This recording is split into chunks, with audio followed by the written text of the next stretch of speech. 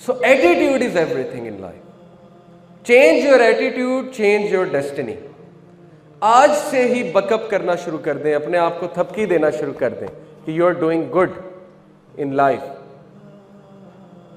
दिया करें, अपने आप को शाबाशी दिया करें. ऐसे दिन आएंगे आपकी जिंदगी में जब आपका उठने का दिल नहीं करेगा.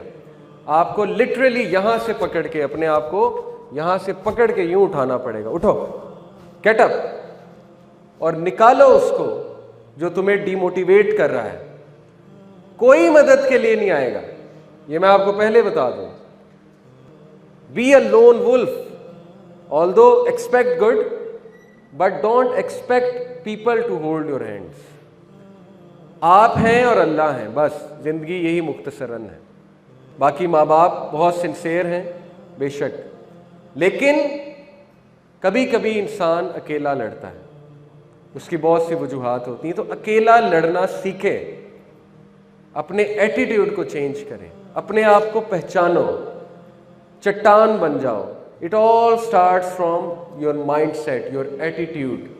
Change your attitude, change your destiny. मसला यह है कि हमारी जिंदगी में मेजॉरिटी मसले हमारे एटीट्यूड की वजह से. ये मैं नहीं कह रहा है, कुरान कहता है. अल्लाह ताला ने कहा चैप्टर 10 वर्स 44 सूरह यूनस आयत नंबर 44 में, इन्नल्लाह ला यज़लिमुन नास शैअन वलाकिन्नन नास अनफुसहुम यज़लिमून. बेशक अल्लाह इंसान पे जुल्म नहीं करता, इंसान खुद अपने ऊपर जुल्म करता है. कैसे? गलत एटीट्यूड. मैं आपको चंद गलत एटीट्यूड्स गिनवाता हूं क्विकली, इंशाल्लाह आपके सामने बहुत अच्छे से बात वाज़ेह हो जाएगी. क्या है गलत एटीट्यूड जिनकी वजह से हम मार खाते हैं? स्पेशली मेरे यंगस्टर से खिताब कर रहा हूं इस वक्त. नंबर 1, जी what is this? Comfort zone.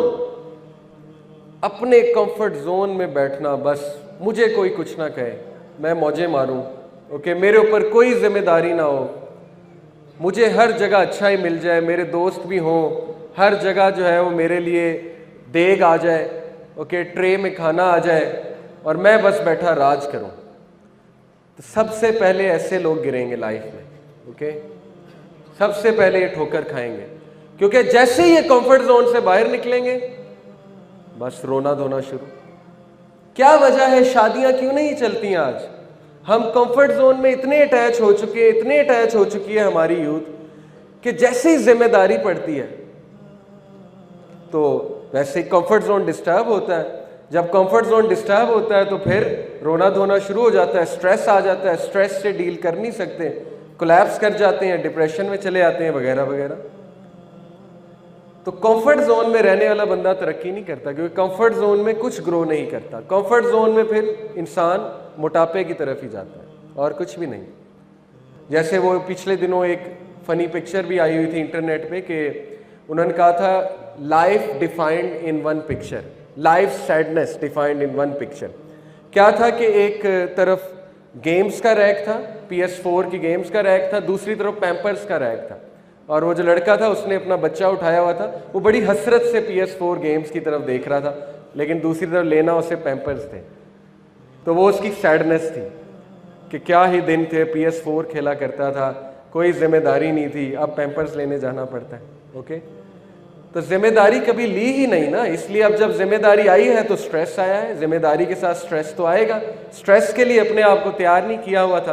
कितने लोग हैं जो कंफर्ट जोन से नहीं निकलते, वो सारी उम्र दोस्तों के साथ ग्रुप्स बनाते हैं, सारी उम्र दोस्तों के साथ रहते हैं, नई चीज़ों को एक्सप्लोर नहीं करते, फिर जैसे ही वो यूनिवर्सिटी में जाते हैं वहाँ पे उनका कंफर्ट जोन ब्रेक करता है, वहाँ पे कंपटीशन आता है, वहाँ पे मुश्किलात आती हैं, वहाँ पे लोग कोई उन्हें एक्सेप्ट करते हैं, कोई नहीं करते हैं, वो तैयार नहीं होते, वो ये समझते हैं कि हम में बहुत बड़ा मसला है और वो उस वजह से अफसुर्दा हो जाते हैं, गिव अप कर देते हैं. इसलिए खुसूसन पेरेंट्स से मैं कहता हूँ अपने बच्चों को कंफर्ट जोन में मत डालें, ये उनके लिए बहुत नुकसानदेह है. Don't give them everything they want, number 1. Number 2, present challenges to them, present competition to them. किसी ना किसी तरह उनको कंपटीशन में डालें. यहूदी किस तरह अपने बच्चों की तरबियत करते हैं, वो बजाय के अमेरिका ले जाएं छुट्टियों में या कहीं और ले जाएं, वो उन्हें बिजनेस कराते हैं, इंटर्नशिप, रेडी पे भी बिठाना पड़े, फ्रूट की रेडी पे वो बिठाते हैं कि बिजनेस तो सीखेगा ना, कुछ तो सीखेगा ना, कल को लीडर बनना इसने जो है वो स्लेव तो नहीं बनना, तो लीडर कंफर्ट जोन में बन के बैठेगा। इसलिए कंफर्ट जोन में रहने वाला बंदा ग्रो नहीं करता। गलत एटीट्यूड।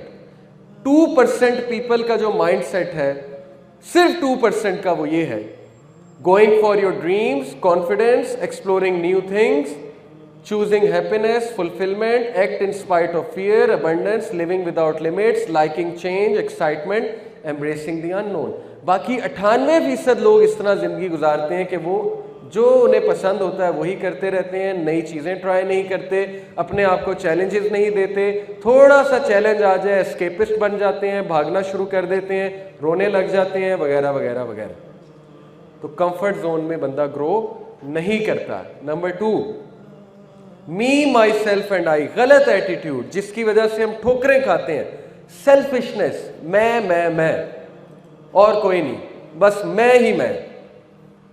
क्या वजह है कि हमारे घर में हम इतना अटैच्ड हो चुके हैं अपने आप से, हम इतना मी, माई सेल्फ एंड आई के शिकार हो चुके हैं कि किसी दौर में गेस्ट आता था, इंसान खुश होता था, अब गेस्ट आता है तो कंफर्ट जोन डिस्टर्ब होता है, उसको टाइम देना पड़ता है, उसके साथ रहना पड़ता है, उसके लिए कमरा खाली करना पड़ता है, वगैरह वगैरह। क्यों? Because me, my self and I. तो जो शख्स हमेशा अपना सोचता है, जिंदगी उसको बहुत गिराती है, बार बार गिराती है। ये तो हॉलीवुड भी बता रहा है ना, Charlie and the chocolate factory देखी है आपने? नॉवल भी बहुत अच्छा है, मूवी भी बहुत अच्छी है, बच्चों की मूवी। उसमें सबसे पहले जो लड़का गिरता है, सबसे पहले जो लड़का कंपटीशन से आउट होता है, जी कोई बताएगा वाई? 5 लोग होते हैं ना, सबसे पहले कंपटीशन से जो आउट होता है, क्या था उसका मसला? टेम्पटेशंस पे काबू नहीं रख सकता, greedy, me, my self and I, मैं हर चीज खा लूं, मुझे हर चीज मिल जाए। तो जो शख्स सेल्फिश होता है तो फिर वो ये शिकायत ना करे कि मेरी जिंदगी में इतनी मुश्किलात क्यों हैं। गलत एटीट्यूड। 3rd गलत एटीट्यूड, लिविंग इन पास्ट। कुछ लोग माजी से ही नहीं निकलते, उन्होंने अपना माजी का एक कंफर्ट जोन बनाया होता है जहां पे वो जाकर रहते हैं। मिसाल के तौर पे माजी में वो बहुत बड़ी चीज़ थे, माजी में वो बड़े खुश थे, माजी में जो है वो बहुत लाइक थे, माजी में वो बड़े टैलेंटेड थे। लेकिन अब जब ज़िंदगी ने मुश्किलात प्रेजेंट की, ज़िंदगी स्ट्रेस लेकर आई, तो अब वो चीज़ नहीं है, वो कैफियत नहीं है।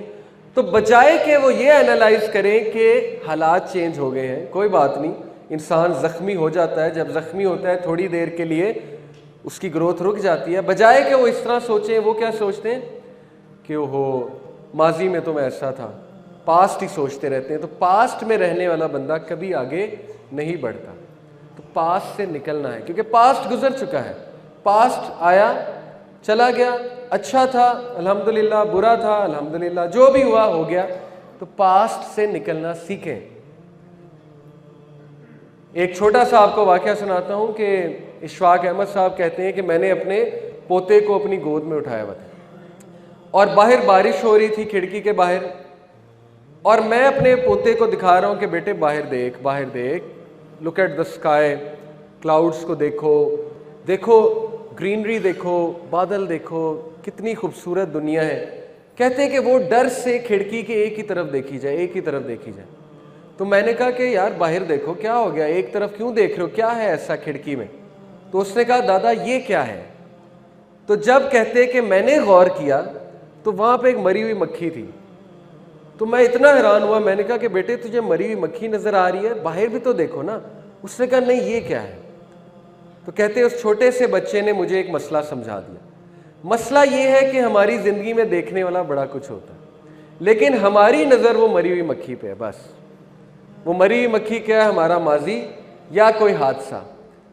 हालांकि हमारे इर्द गिर्द माँ बाप मौजूद हैं, रिश्तेदार मौजूद हैं, कितना अच्छा मौसम अल्लाह ताला कई बार फराहम करते हैं, हमारी ज़िंदगी में शुक्र करने के लिए कितनी चीज़ें हैं, लेकिन नहीं, ऑफ कोर्स वो मक्खी जो है वो हमारा पीछा नहीं छोड़ रही, तो वो हमारा माजी है। तो माजी से जब निकलेंगे तो खिड़की के उस पार नज़र आएगा, अदरवाइज़ खिड़की के उस पार नज़र कैसे आएगा? तो ये भी गलत एटीट्यूड है, माजी पे फ़ख्र करना और माजी में ही रहना कि मैं ये था, मैं वो था, अब ये हो गया, वो हो गया। गलत सेंटेंसेस हैं।